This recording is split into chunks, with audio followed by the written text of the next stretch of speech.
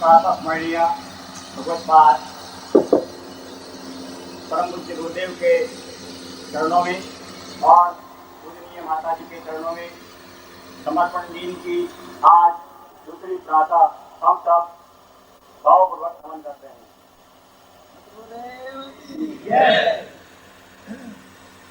आज की यह दूसरे दिन की प्रातः वेला में यहाँ के प्रधान आयोजक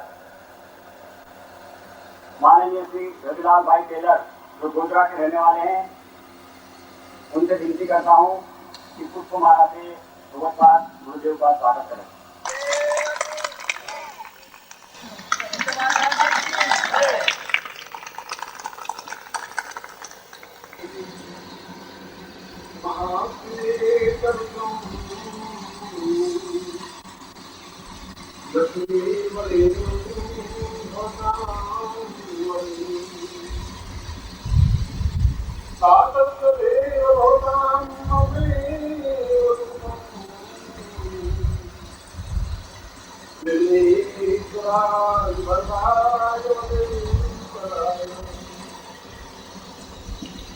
आज गणेश चतुर्थी के अवसर पर मैं गणेश चतुर्थी के श्लोक से जिसमें कहा गया है कि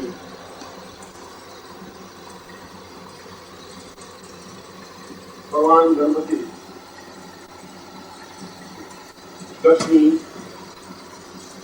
और रुद्र तीनों एक ही पर्याय हैं। ये अलग बात है कि हम देवताओं को अलग अलग टुकड़ों में बांट करके देखने के आदि होते हैं।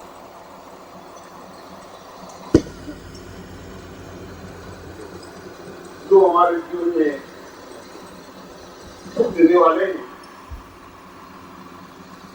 और इससे भी बड़ी बात कि हमारे जीवन के अभाव, कष्ट और बाधाओं को दूर करने वाले हैं। लेना तो साथ होता है जब कुछ समस्याओं का निपटारा।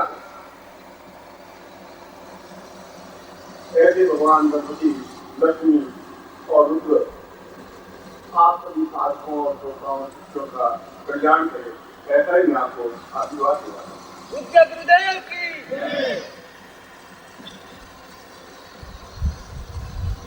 कल मैंने अपने प्रवचन में ये बात कही थी कि हम जो कुछ भी बोलते हैं वो अपने आप में शब्दमय, ब्रह्ममय होता है। इसलिए कि हमारे बोलने के पीछे हमारी तपस्या का और विशिष्ट का एक आघात होना चाहिए। यदि हमारे पास तपस्या का अंत नहीं है, साधना का अंत नहीं है, और साधना और तपस्या और सिद्धियां उम्र के साथ साथ नहीं मिलती, अनुभव के साथ मिलती। जीवन में बड़ा आदमी उम्र से नहीं आता जाता। आयु वृद्धों की न वृद्ध, ज्ञान वृद्धों की वृद्ध। जो ज्ञान से वृद्ध है वो वृद्ध है, जो आयु से बड़ा है, आयु से वृद्ध है, उसको वृद्ध नहीं कहते। इसलिए जब सुखदेव प्रवचन करने बैठे, 12 साल के सुखदेव और 120 साल के उनके पिता नीचे मंच पर बैठे, नीचे और मंच के व्यासपीठ पर सुखदेव बैठे 12 साल। नीचे ने कहा ये तो गलत हो रहा है, ये तो गलत हो रहा है। पिता नीचे बैठे और पुत्र ऊपर व्यासपीठ पर बैठे, ऐसा कैसे संभव है? ये तो हमारी भारतीय परंपरा के विपरीत है। शास्त्रों में कहा नहीं, शास्त्र की मर्यादा ही नहीं।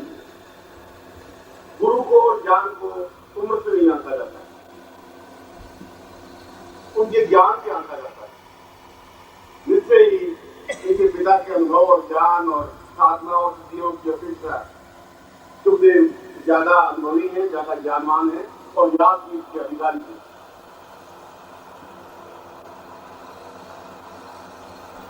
इसलिए जीवन के किसी भी क्षण में ज्ञान की प्राप्ति हो सकती है, अनुभव की प्राप्ति हो सकती है, साधना की प्राप्ति हो सकती है।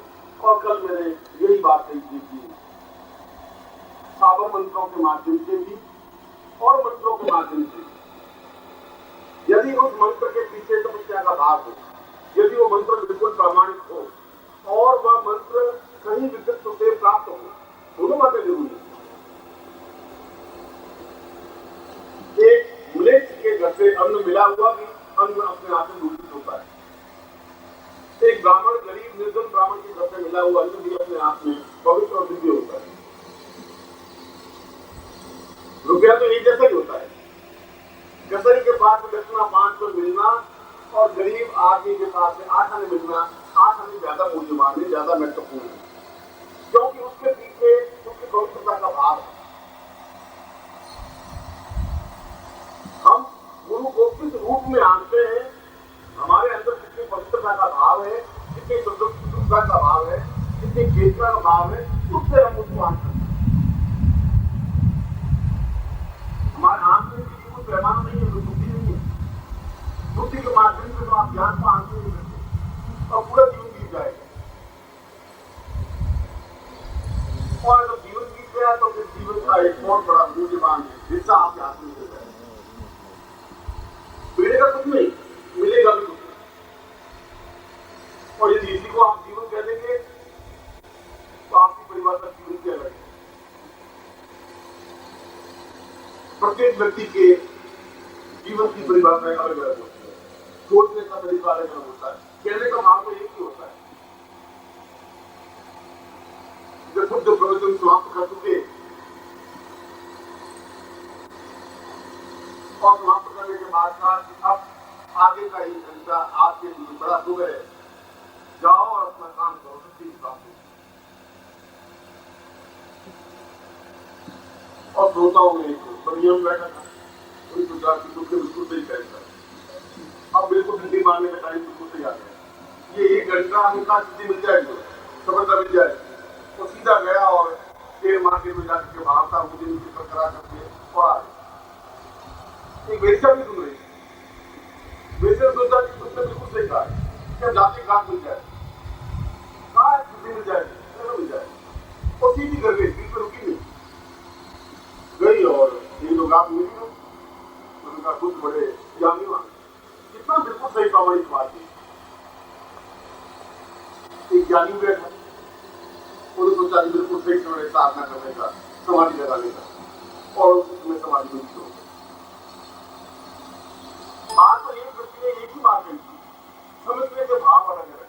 मैं कहूंगा तो एक ही बात, आप में से प्रत्येक अलग अलग रूप से समझिएगा। जैसे आपकी बुद्धि है, जैसे आपके विचार है, जैसे आपकी धारणा है, जैसा आपका चिंतन है, उसी प्रकार से आप सुन सकते हैं। इसके गुरु को आंकने के लिए एक आत्म चक्षु चाहिए। ये चक्षु कर्म चक्षु जो हमारे पास है, फिर इसके बाद ज्ञान चक्षु जो मैं आपको दे रहा हूं, ज्ञान दे रहा हूं।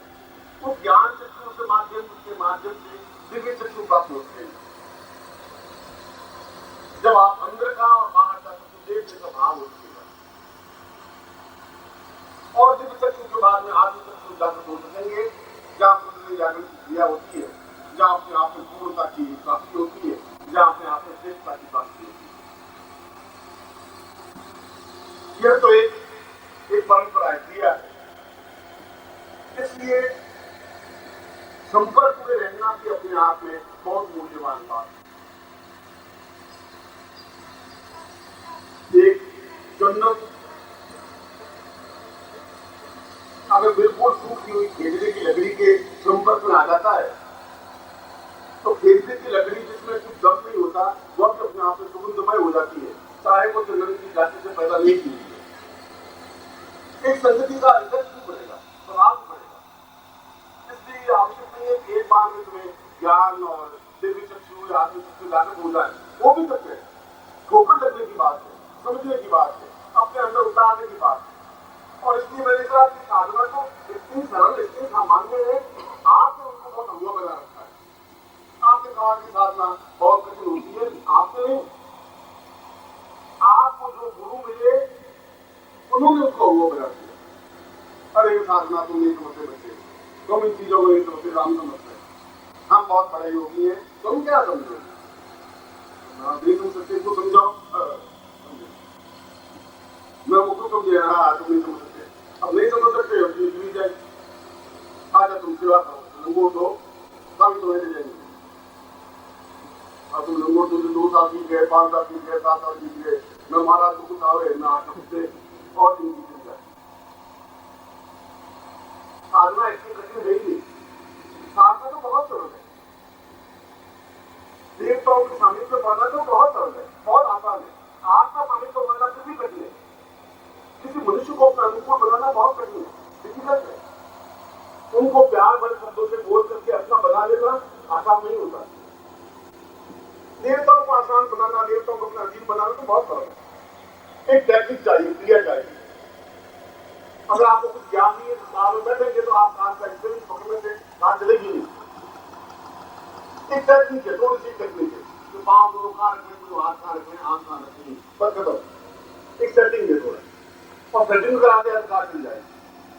सेटिंग आ गया तो साधना संपन्न हो जाए। और सेटिंग समझाने की बात,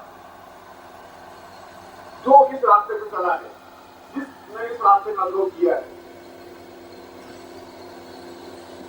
और इसलिए कहा है कि जीवन में सौभाग्यदायक क्षणों, सौभाग्यदायक गुरु पूजन से नहीं होता है। मैं तो बिल्कुल दूसरी बात कर रहा हूं। गुरु पूजन के लोग तो गुरु की कहते हैं, गुरु की पूजा करनी चाहिए और गुरु को चंदन लगाना चाहिए, गुरु के अक्षर लगाना चाहिए, पुष्पों का हाथ बनाना चाहिए, जरूरी है। मगर इससे भी ज्यादा जरूरी है कि गुरु के हृदय में उतर जाने की क्रिया होनी चाहिए। उनकी ओठों पर तुम्हारा नाम आ जाए, कुछ ऐसी तुम में साधना हो, कुछ ऐसा चिंतन हो। क्योंकि गुरु तो एक, आप तो लाखों हजारों हैं, और एक व्यक्ति को हजारों के नाम होटों पर नहीं मिलते। और फिर ये सौभाग्यदायक क्षण होता है कि गुरु मिले, और गुरु मिलना और गुरु के होठों पर अपना नाम अंकित करना बहुत कठिन काम है, इतना आसान सरल नहीं है। इसलिए सरल नहीं है कि मरा हुआ गुरु तो बहुत आसान होता है, दुखदायक होता है, वो तकलीफदायक होता ही नहीं, क्योंकि वो बोल नहीं सकता। उनका चित्र लगा दिया, अगरबत्ती धूप दीप लगा दिया, जय बोली निकारी, सुबह और रात की इनका हिसाब होगा। अब वो मुंह से बोलेगी नहीं, आपको गुरु की याद नहीं करना। इसलिए श्लोक में लिखा गया है कि अत्यंत सौभाग्यदायक क्षण वो है कि हम गुरु के संपर्क में रहे, और गुरु के संपर्क में तब रह सकते हैं कि जब जीवित और जागृत गुरु हो। हरे के नसीब में ऐसी बात नहीं हो सकता है कि आज 40 साल बाद कोई पीढ़ी पैदा होगी, वो ऐसा गुरु का नहीं मिल पाएगा और कोई बात नहीं मिल पाएगी, क्योंकि जीवित और जागृत गुरु खतरनाक नहीं होता है। वो तुम्हें डांट भी देगा, तो तुम्हें क्या ऐसा नहीं, गलत है, ऐसा नहीं होगे, और तुम्हारे घर का टूट बोल देगी। कमाल, उनको क्या जरूरत है कि हम ऐसा करें, ऐसा नहीं करें, कि हम जो कुछ कर रहे हैं वो सही कर रहे हैं, मत करो। इसके जीवन का आनंद भी वो है कि हम उनके पास रह सकते, उनकी सामिप्यता अनुभव कर सकते, उनकी सेवा कर सके, उनमें श्रद्धा पैदा कर सके, उनमें समर्पण पैदा कर सके। और ये काम सबसे कठिन काम है। कठिन काम ये है कि मैं 3 दिन बाद आपको बता दूंगा कितना कठिन काम है। आप चले जाएंगे तो मैं बड़ी आवाज दूंगा, आप मेरे पास आएंगे, फिर वो क्षण नहीं मिल पाएंगे, आएंगे नहीं, संभव नहीं है। वो क्षण तो मिले हैं और हम उसका लाभ उठा नहीं पाएंगे। और जब गुरु को प्राप्त कर लिया तो हमारे शास्त्र में कहा गुरु ब्रह्मा, गुरु विष्णु, गुरु देवो महेश्वर, जब शास्त्र लिखे ये लहर तो लिखनी नहीं है, और लिखी है कि गुरु ब्रह्मा है, गुरु विष्णु है, गुरु रुद्र है, तो फिर अलग अलग देवताओं की पूजा करने को फायदा नहीं। तो ये गुरु है, हम उनकी पूजा, उनकी साधना, उनकी आराधना कर ले और वह सब कुछ प्राप्त कर सकते। गणपति ने ऐसा ही किया। जब देवता सब इकट्ठे हो गए और सब सब देवताओं ने कहा कि जब पूजन कर्म प्रारंभ हो तो सबसे पहले किसकी पूजा की जाए। विष्णु ने कहा मैं बड़ा हूँ, शंकर ने कहा कि मैं तो सबसे बड़ा हूँ, सबसे पहले मेरी पूजा होगी। ब्रह्मा ने कहा मैं तो आज करता हूँ, जगत की उत्पत्ति मैंने की है, सबसे पहले मेरी पूजा होनी चाहिए। इंद्र ने, वरुण ने, यम ने, कुबेर ने सबने अपने अपने दावे दी।